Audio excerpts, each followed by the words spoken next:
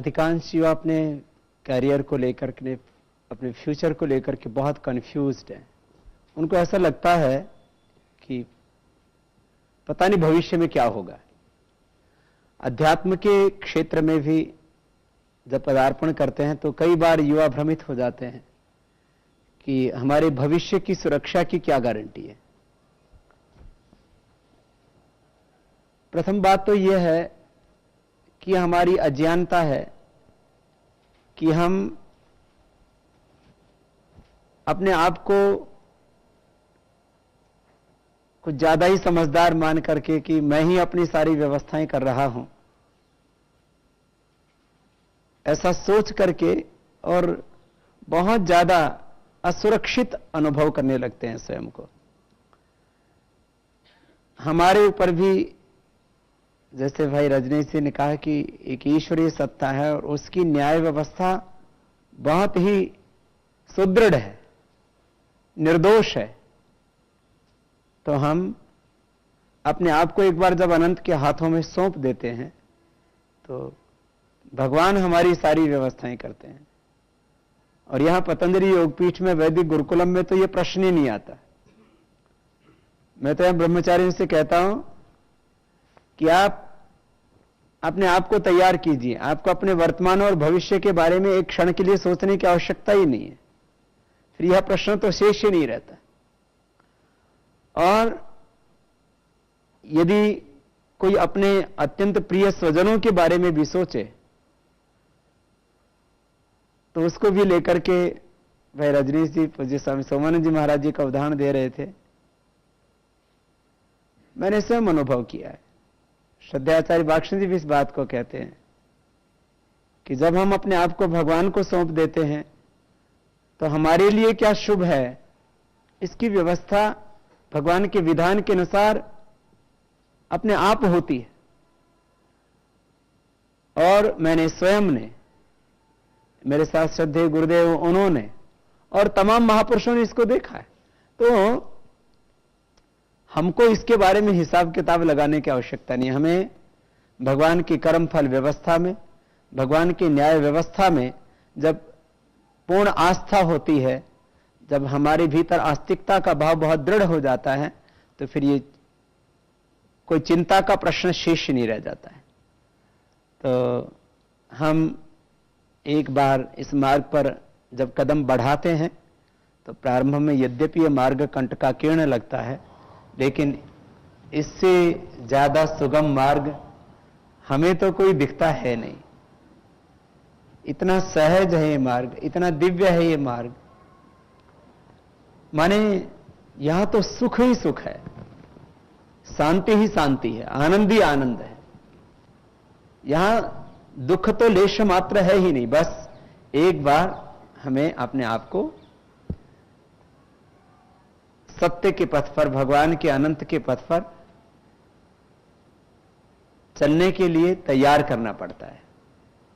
और ऐसे आप सब ने तो मन बना लिया है। ऐसे बहुत से युवक युवतियां हैं जो अभी सोच रहे हैं कि हमारा गंतव्य क्या है, और इस संदर्भ में उनको बोध हो, इसलिए इस प्रकल्प के बारे में हम बता रहे हैं।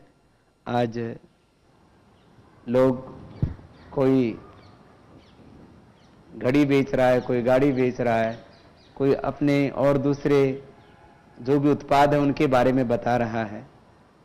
तो हमारी भी एक प्याऊ है। गुरु जी कहा करते हैं, हमारे बड़े गुरु जी कहा करते थे, भाई हमारी भी एक प्याऊ लगाई भी है। उसके बारे में हम बता रहे हैं कि भाई जो भी ऐसी पुण्यशील आत्माएं हैं, सात्विक आध्यात्मिक आत्माएं हैं, वो आकर के अपने उस ज्ञान पिपासा को यहाँ शांत करें, अपने आप को इन ऋषियों के ज्ञान में दीक्षित करें और फिर खुद तृप्त होकर के औरों को तृप्त करें। और आगे भाई फूलचंद जी दूसरे भाइयों को आमंत्रित करें। सुख के विषय में बहुत चर्चा की भ्राता रजनीश जी ने, पूज्य स्वामी जी ने भी उसमें प्रकाश डाला। क्या यही सुख है?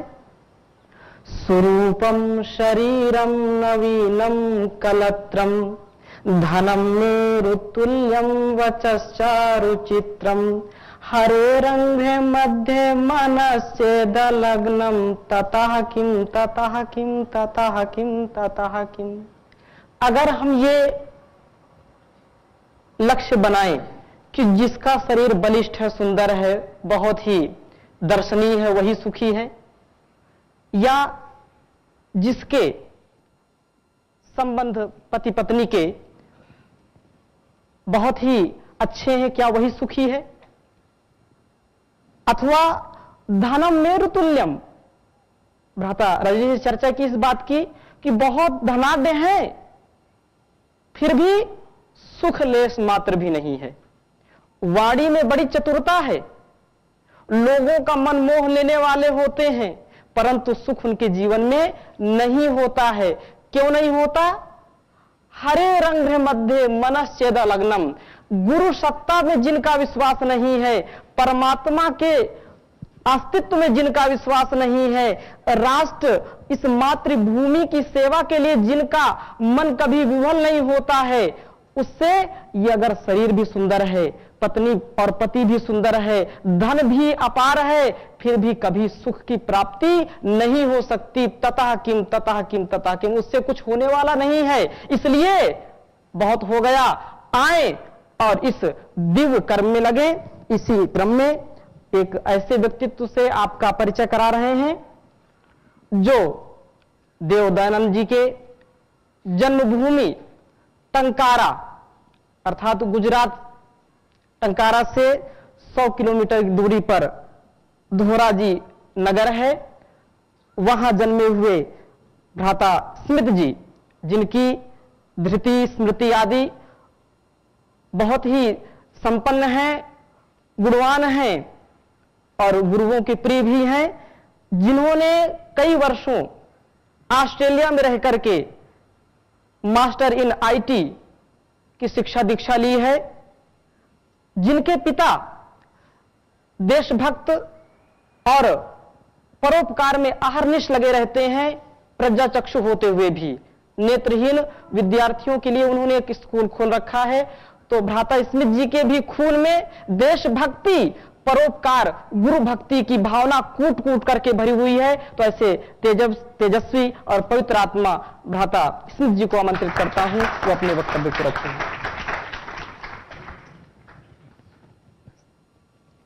परमपिता परमात्मा और मुझे सुन पा रही, देख पा रही समस्त दिव्य आत्माओं को मैं प्रणाम करता हूं। आज मैं हमारी मूल प्रकृति के बारे में कुछ चर्चा करना चाहता हूं। सांसारिक भाग दौड़ में काम करते करते कहीं हमारे मन में प्रश्न खड़ा होता है कि मैं ये किसके लिए कर रहा हूं, मैं कौन हूं। तब हमारे मन में विचार आता है, मैं हाड मांस से बना शरीर मात्र नहीं हूं, मैं पिता पुत्र पति पत्नी गुरु शिष्य नाम के संबंधी मात्र नहीं हूं, मैं तो नित्य पवित्र शुद्ध आत्मा हूं, जैसे शास्त्र में भी यही कहा है और यही सत्य है। लेकिन आज के इस समय में हम जब बाहर देखते हैं तो उसमें ऐसा नहीं लगता कि हमारा स्वभाव ये है। आज मजहब के नाम पर जो आतंकवाद फैल रहा है, उनको देखकर कौन कहेगा कि हमारा स्वभाव प्रेम है। दुनिया में फैले दुराचार व्याभिचार को देखकर कौन कहेगा हमारा स्वभाव पवित्रता है। किंतु ये सत्य है, क्योंकि हमारे मन में ये विचार आता है कि हम ये दुर्गुण तो हमारा स्वभाव नहीं है, तो ये बीमारियां सब कहां से आ गई, ये मानसिक रोग, सामाजिक अवनतियां, अशुद्धियां कहां से आ गई। हमेशा से तो ऐसी परिस्थितियां नहीं थी। तब हम अपने अतीत के गौरव को देखते हैं, हमारे ऋषि मुनियों के जीवन को देखते हैं, तो उसमें साफ प्रतीत होता है कि वो कितने पवित्र थे। महर्षि पाणिनि, पतंजलि, गौतम, कणाद, कपिल, महर्षि वेदव्यास से लेकर कोटि कोटि ऋषि मुनियों का जीवन इसका साक्षात उदाहरण है। उनका जीवन पूर्ण पवित्र, पूर्ण प्रेममय और कृतज्ञ से भरा हुआ था। वो हमारे लिए आदर्श हैं। तो उनके इस आदर्श जीवन का रहस्य क्या है? वैदिक परंपरा का पालन करना, ईश्वरीय प्रेरणा को अनुसरण करना, यही उनके जीवन का रहस्य है। लेकिन आज हमारे जीवन से ये सभी गुण अदृश्य होते जा रहे हैं। क्यों? हमारे वैदिक परंपरा के पालन न करने से, ऋषि मुनियों के बताए मार्ग पर न चलने के कारण, अपने धर्म, संस्कृति और अध्यात्म को अनदेखा कर अपने मनमानी ढंग से जीने के कारण ही हम ये अवनति का परिणाम भुगत रहे हैं। ऐसे व्यक्तित्व के समक्ष अपने जीवन की आहुति देने वाले, जो दशकों से इस गुरुकुलीय परंपरा में अपने जीवन को सजा और संवार रहे हैं, आर्ष परंपरा में अपने को दिव्य बना रहे हैं, आचार्य वेद मित्र जी, जो बहुत ही पवित्र भाव से कृतज्ञता पूर्वक गुरु चरणों में सदैव समर्पित रहते हैं, विद्यार्थियों को पढ़ाते हैं और बहुत ही प्रेम से समझाते हैं। बचपन से ही जिनके मन में समाज सेवा के प्रति बहुत ही ललक थी, आपने स्नातक किया हुआ है। हम चाहेंगे कि आप भी अपने विचार हम सबके सामने रखें। आचार्य श्री वेद मित्र जी।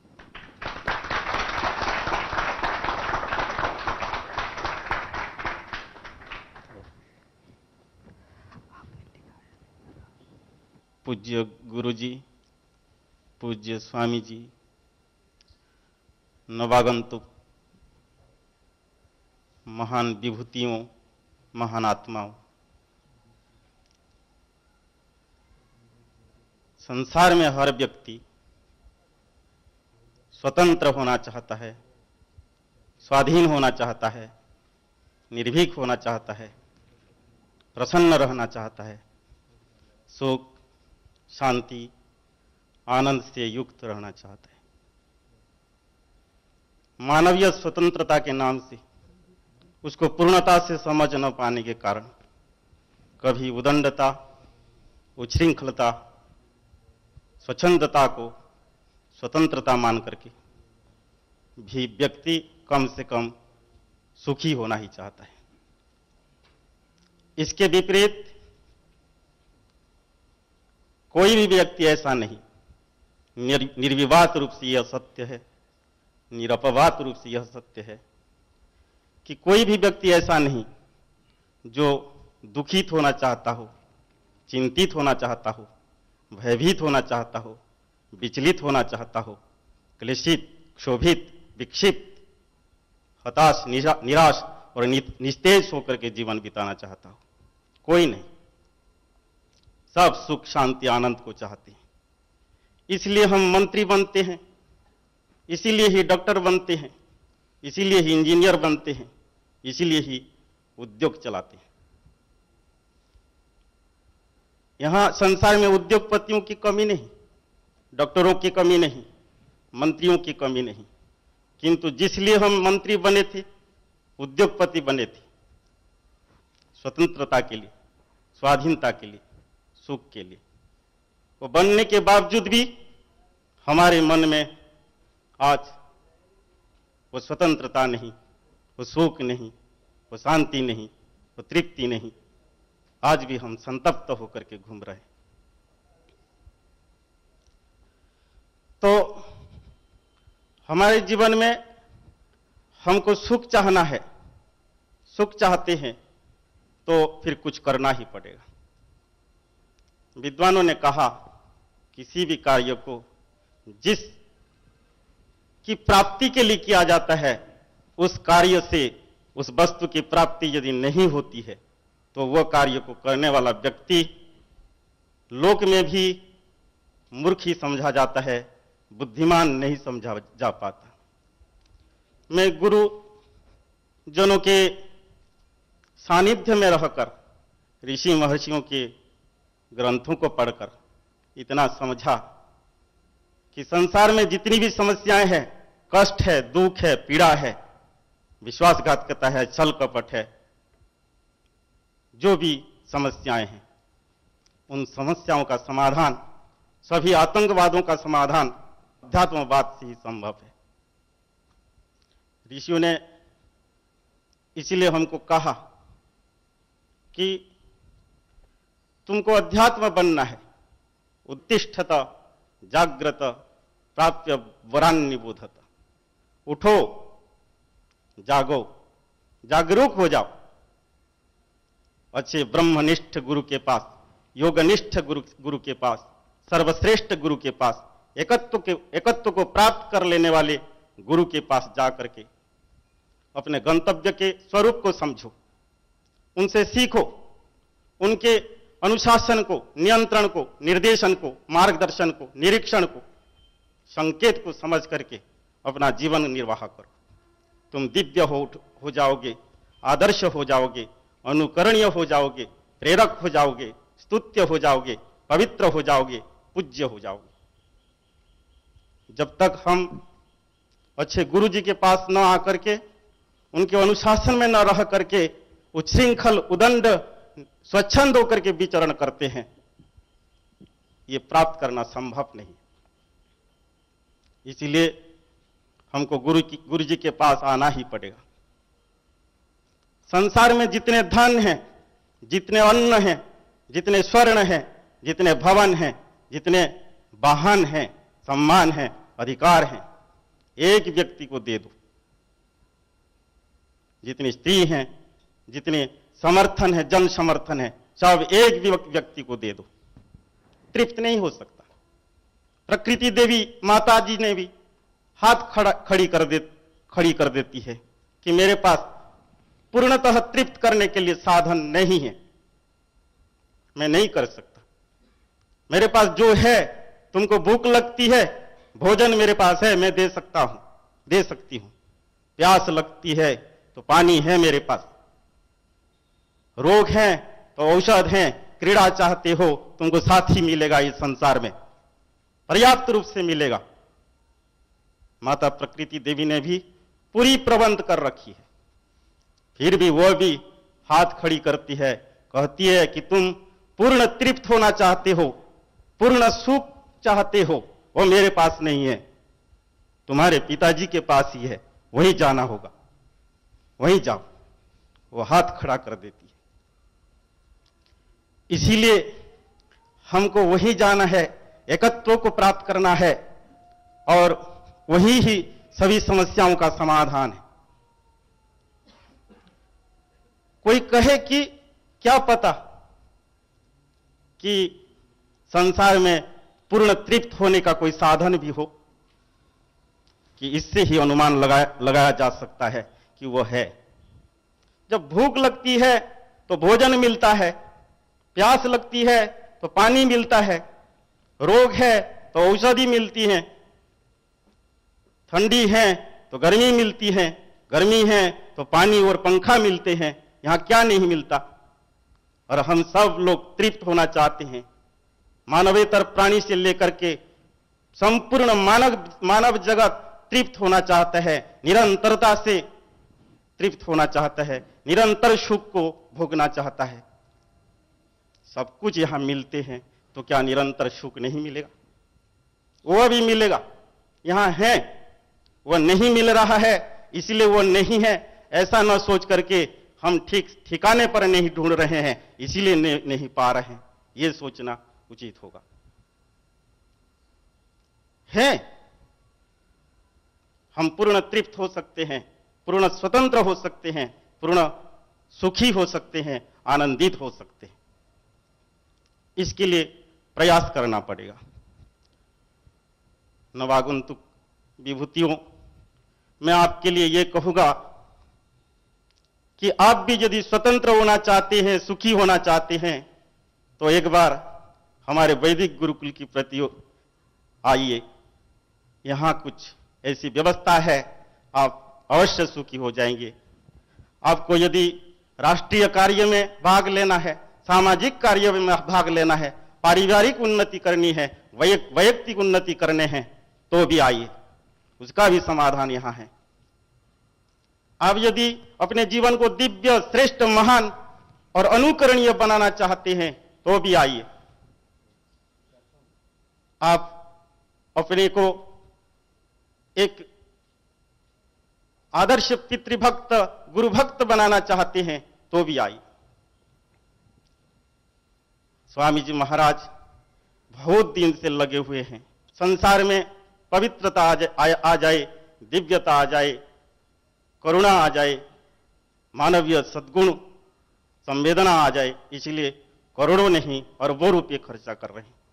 एक दिन मैं हिसाब कर रहा था, लगभग 4 वर्ष होने वाले हैं मुझे, पतंजलि पीठ ने मुझे क्या दिया होगा, हिसाब किया तो आज की बिजली, पानी, भवन, भोजन, सुरक्षा और गुरुजनों की व्यवस्था, सारी प्रबंधन को जब देखा, आज मैं इतना इस महंगी शिक्षा में इतना मैं कह सकता हूं कि मेरे पीछे स्वामी जी ने चार वर्षों में 20 लाख रुपए खर्च कर चुके हैं।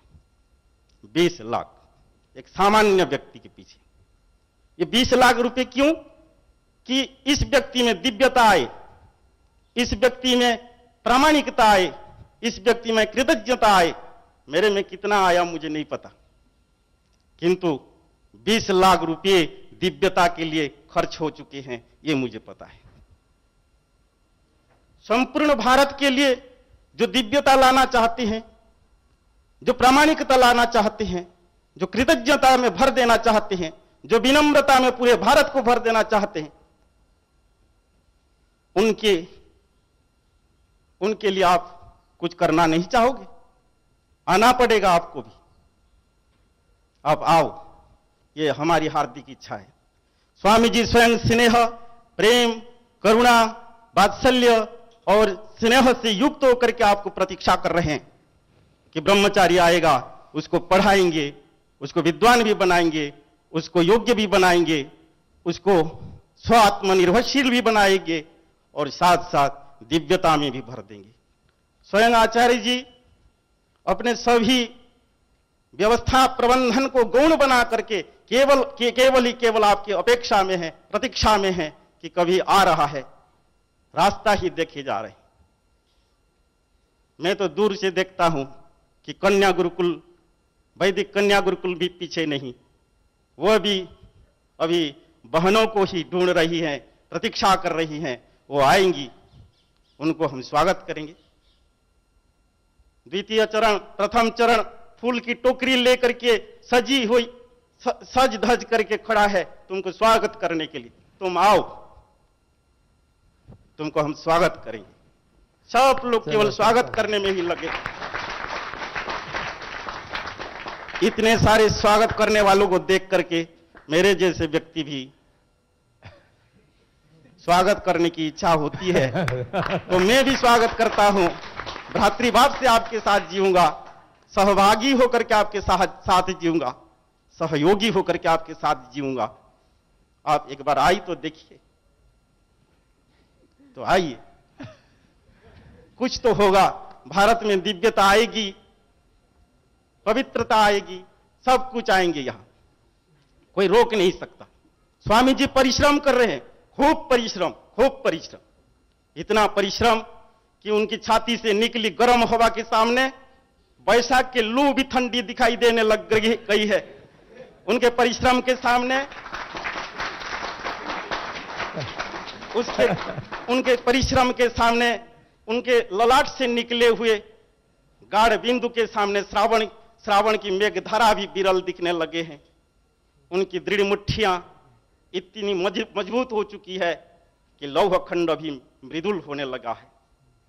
तो आपको भी तो आना पड़ेगा। इतना परिश्रम कोई कर रहा है तो आपका कर्तव्य नहीं बनता? आप आओगे नहीं? मानवीय संवेदना को क्या समझोगे नहीं? आना पड़ेगा, यहीं मिलेंगे। और यदि आओगे, जिसकी यह धरती है, जिसका यह गगन है, जिसका यह पानी है, जिसका यह पवन है, उस ब्रह्मांड के अधिपति के वरद हस्त तुम्हारी पीठ थपथपाता ही रहेगा। इसीलिए चल पड़ो, मैं सोच रहा हूं तुम आने लगे हो। इतना ही कह करके विराम दे।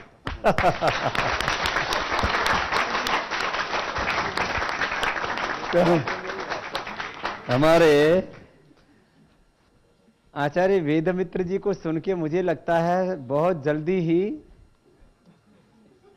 ब्रह्मचारी पतंजलि योगपीठ की तरफ चल देंगे।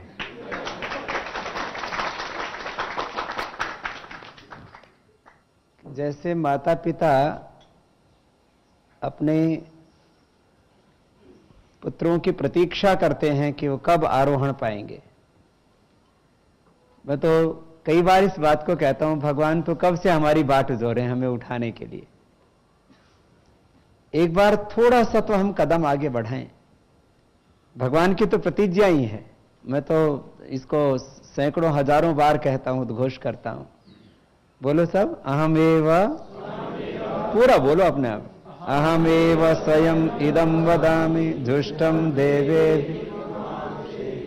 यम कामहे तम तम उग्रम कृणोमि तम ब्रह्माणम तम ऋषिम तम सुमेधा।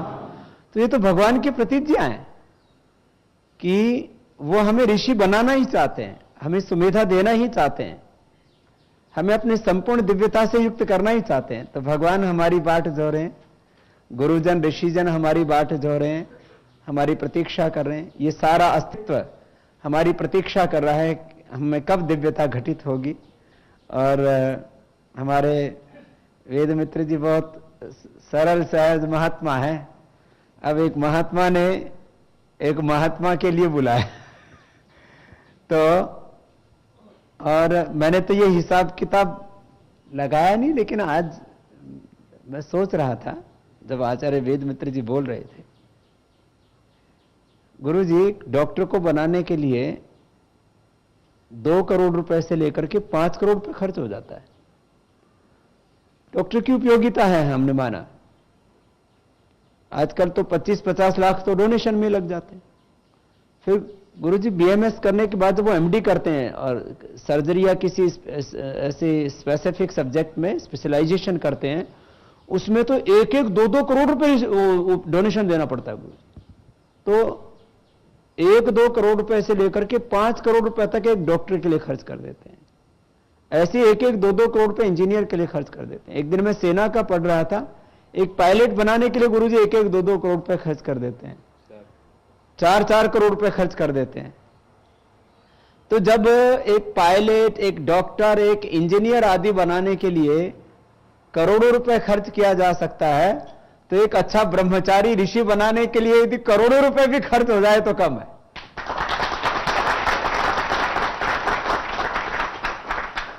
मैं तो इस बात को कई बार कहता हूं, कुछ लोग चिढ़ते हैं इस बात से कि ब्रह्मचारी तो को तो बहुत यहां आनंद ही आनंद है, स्वामी जी बादाम खिलाते हैं, इनको दुनिया के श्रेष्ठ फल खिलाते हैं, गाय का दूध पिलाते हैं, घी खिलाते हैं। कहते रोयल ब्रह्मचारी हैं स्वामी जी के। तो मैं कहता हूं भाई, दुनिया की श्रेष्ठ वस्तुओं पर सबसे पहला अधिकार ब्रह्मचारियों का, सात्विक वस्तुओं पर। किस रूप में? कि वो अपने भीतर दिव्यता ला सकें, अपने शरीर को सबल बना सकें, अपनी इंद्रियों पर निग्रह कर सकें, जितेंद्रिय हो सकें, अपनी प्रज्ञा को और ज्यादा प्रखर बना सकें, प्रज्ञावान हो सकें, और वो जीवन की जो श्रेष्ठतम अवस्था है, चेतना की जो श्रेष्ठतम अवस्था है, शिखर, उस तक वो पहुंच सकें। तो यहां ब्रह्मचारियों के लिए सुंदर व्यवस्थाएं, लेकिन आगे हम तप की भी व्यवस्था कर रहे हैं। अब हमारे ब्रह्मचारी कहते हैं स्वामी जी हमको ना तप करवाओ, और भाई देखो हमने तो बहुत तप किया है। आप लोगों के लिए जो हम 1 महीने में खर्च कर देते हैं, शायद हमने तो पूरे अध्ययन काल में उतना अपने ऊपर खर्च किया होगा। गुरु जी हमारे साथ में बैठे, करीब 40 ब्रह्मचारी थे, उनके लिए हम भिक्षा मांग के लाया करते थे। फिर गुरु जी हमको गौ सेवा में लगाते थे, तो उसमें भी बहुत गौरव का अनुभव करते थे, और ये मानते थे कि जो भी हमारे जीवन में घटित हो रहा है वह हमारे जीवन को शुभ से भरने के लिए, दिव्यता से भरने के लिए। तो यहां तो ब्रह्मचारियों के लिए जो भी इस धरती के में शुभ है वो सब कुछ यहां उपलब्ध है। तो ब्रह्मचारियों के निर्माण का, आचार्य कोटि के, ऋषि कोटि के व्यक्तियों के निर्माण का, मैं बार बार कहता हूं, दुनिया के लिए सबसे बड़ी चुनौती है एक अच्छे व्यक्ति का निर्माण। This is the biggest challenge and crisis in the world. सबसे बड़ी चुनौती और सबसे बड़ी उपलब्धि यही है। एक अच्छा व्यक्ति राजनीति में होता है तो पूरे देश की राजनीति को बदल देता है। एक अच्छा व्यक्ति पर्यावरण के क्षेत्र में होता है तो पूरी दुनिया के पर्यावरण को अच्छा करने के लिए नए कीर्तिमान बनाता है। एक व्यक्ति अध्यात्म में दिव्यता लिए हुए जीता है तो करोड़ों लोग उस अध्यात्म की ओर अग्रसरित होते हैं। एक एक व्यक्ति शिक्षा के क्षेत्र में, चिकित्सा के क्षेत्र में, जहां जहां एक एक दिव्य व्यक्ति है, चाहे वो पारिवारिक संदर्भ हो, सामाजिक हो, आर्थिक हो, राजनीतिक हो, वैश्विक संदर्भों की हम बात करें, एक एक व्यक्ति में अपरिमित शक्ति सामर्थ्य है। तो एक एक व्यक्ति यहां पर तैयार होगा, हो रहे हैं, हो चुके हैं, अभी तो और बहुत दिव्यता घटित होने वाली है। गुरुवर बिरजानंद ने एक महर्षि दानेन्द्र तो तैयार किया था। आचार्य चाणक्य ने एक चंद्रगुप्त हित को तो तैयार किया था। महर्षि विश्वामित्र और वशिष्ठ ने एक मर्यादा पुरुषोत्तम श्रामी को तो तैयार किया था। आचार्य संदीपनी ने एक योगेश्वर श्री कृष्ण को तो तैयार किया था। एक एक हमारे आचार्यों ने एक एक महान व्यक्तित्व को तैयार किया। अब यह दिव्यता किसमें कितनी घटित होती है, यह उसके प्रारब्ध, पुरुषार्थ और भगवान के अनुग्रह पर निर्भर करता है। लेकिन मैं तो यह मानता हूं दिव्यता निश्चित रूप से घटित होगी और वह आप में घटित हो रही है अभी। और ऐसे ही ब्रह्मचारी अपनी बात भी सब तक संप्रेषित कर